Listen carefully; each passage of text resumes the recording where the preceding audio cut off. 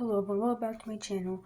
I'm going to be starting a new series where I read this book. It's called The Killer Book of Serial Killers. Incredible stories, facts, and trivia from the world of serial killers.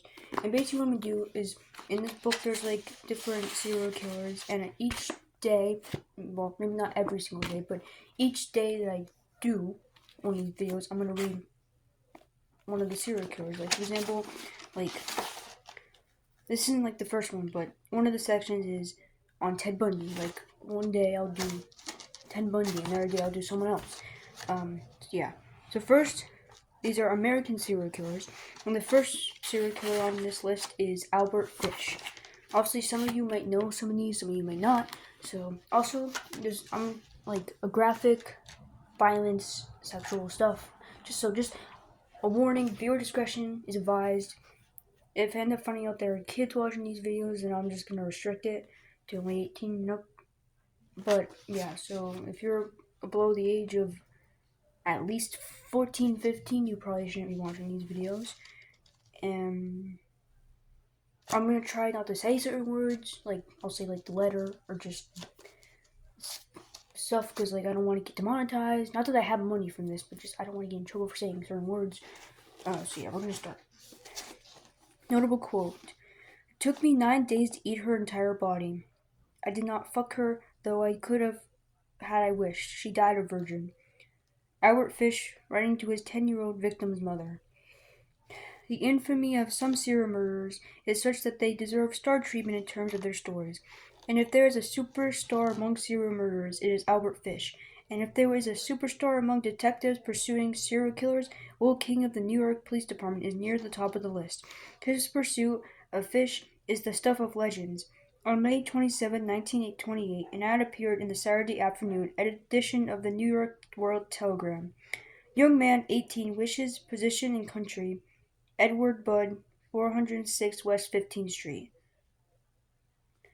Albert and Dyla Budd had placed the ad for the oldest of their 5 children, Edward. The family lived in a tiny basement apartment, and the idea was that Edward could get a job and help support them. The next afternoon, there was a knock on the door, and Della Budd, who was home alone, answered it. Framed in the doorway was a small man, maybe 5'5" and 130 pounds. He was very well dressed in a 3-piece navy blue suit, blue shirt, black felt hat, and polished black bogos.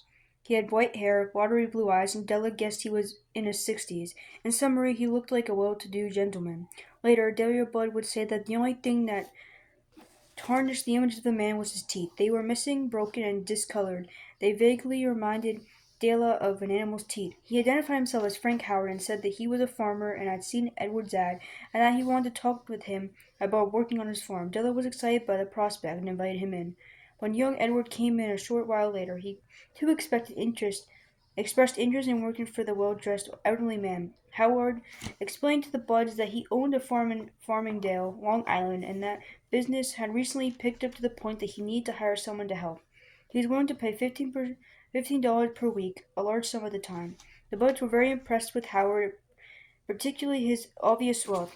At one point in the conversation, he pulled out a roll of greenbacks that would have choked at the proverbial horse. For a family who lived on the Faso edge, it was an awe-inspiring display. Howard offered Edward the job, and Edward enthusiastically asked him whether he might have an additional position on the farm for his friend, Willie Corman. Mr. Howard said yes. He promised to return the following Saturday and pick them both up. On the following Saturday, the Budds waited patiently for Howard to pick up Edward and his friend Willie, but Howard didn't show. That night, they received a telegram from Howard saying he had unexpectedly had to go to New Jersey on business. He promised to be at the Budds' home the next day. This time, Howard showed up at around 11 o'clock in the morning, again dressed to the nines, ready to take the boys to his Long Island farm. But Howard was early, and they were not ready to go. As Howard and the Budds waited in the living room for the boys, 10-year-old Grace Budd came into the room. She was a thin, sickly sort of child, but today, Sunday, she was looking her best. She had on her white confirmation dress. She had been confirmed in the Catholic Church just 3 weeks earlier. Her soft, dark brown hair was bobbed, and her large blue eyes twinkled.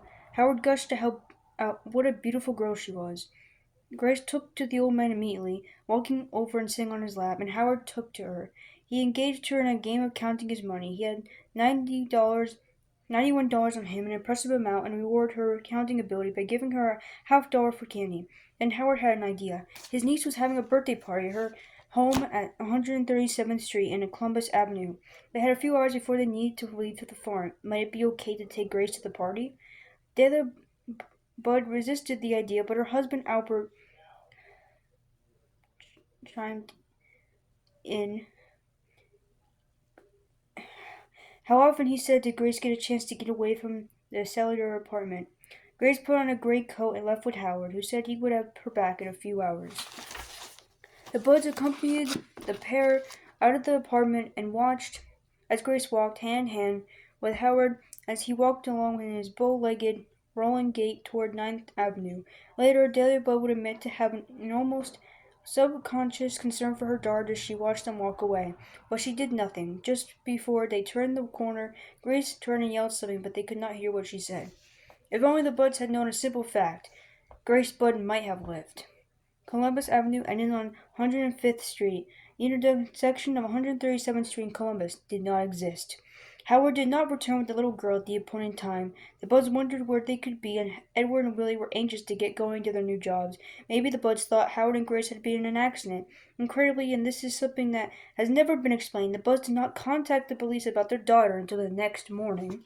At the time of Grace's disappearance, the NYPD had recently formed the Missing Persons Bureau, which dispatched two detectives to see the Bud and try to determine what had happened. One of the detectives was Will King. King was a gruff-talking, heavy smoker who believed in order and discipline, and whose life was being a cop. He was also gusty, patriotic, and had that most important attribute of a great detective, determination.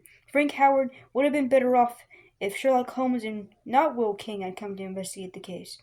Word of what was then regarded as an abduction spread fast, and soon newspapermen of the day were assaulting 406 West 15th Street, swarming all over the Buds for tidbits about Howard and the little girl.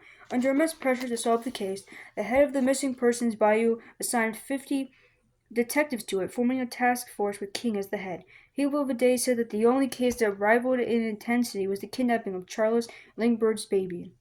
To King, there was little question that Grace Budd was dead, but it riled him that a man could walk off the street, take a little girl, and never return. King pursued the case with a withering ferocity. The detectives spread out and talked to hundreds of people. They dusted the entire house for prints. They questioned Western Union at length about the telegram Howard had sent the Buds. They went to Farmingdale to question farm owners. They followed every lead possible, but after a few months they had come up with nothing, and the task force members were resigned to new cases. It remained an open case, but the police department started to forget about it. However, Will King did not forget. He handled other cases, but in a mind-boggling display of determination, not a single day went by that he did not pursue one lead or another in the Bud case. Because some of the earliest leads came from ordinary folks. When the case first hit the media, the Buds were deluged with mail, both sympathetic and crank, and from time to time they would receive letters that claimed actual leads and would turn them over to the police. Will King doggedly tracked them all down. Mail leads continued even after the police had stopped actively investigating. King specifically instructed the Buds to turn the mail on Grace over to him unopened, but invariably, when he got it, it would be open. His relationship with the Buds became less than cordial. While King understood that they just wanted to find their daughter, the Buds were contaminating evidence. Weeks turned into months, then to years. Soon it had been more than 6 years since Grace Bud had disappeared with the kindly old Howard, and not a single day had gone by when Will King had not worked in the case. In fact, his superiors started to worry about him, and their worry proved well-founded. In early 1934, Will King, working night and day on his cases as well as the disappearance of Grace Budd, collapsed and was confined to a hospital for 3 months. Before he was discharged, the doctors warned him about overexerting himself. The police department, concerned for his health, assigned him to a desk job. But of course he did not stop. He pursued every lead, however thin, that turned up, and continued his awe-inspiring pursuit of the kidnapper. Besides the overall frustration of not solving the case, there was also the promising leads that didn't pan out. To King, each lead was a new hope, a new road that could lead him to the kidnapper, and each one was a dead end. Then, on November 2nd, 1934, Will King got a telephone call from Delia Bud. She had received a letter from someone, and it looked like it was about Grace. Did he want to see it? He did. Edward Bud brought over the letter, this one unopened, and King carefully opened it and read it. The contents of the letter were later to be read into the court record and would stun and repulse people, but King was excited. It was the handwriting. He did not have to be a graphologist to know that the spidery inked handwriting in this letter to Della Bud was written by the same man who had written the telegram to the Buds 6 years ago, telling them that his arrival would be delayed because of business in New Jersey. Frank Howard. I'm gonna do a part 2 because this video is getting too long and my phone struggles with long videos. So yeah, I'll do a part 2.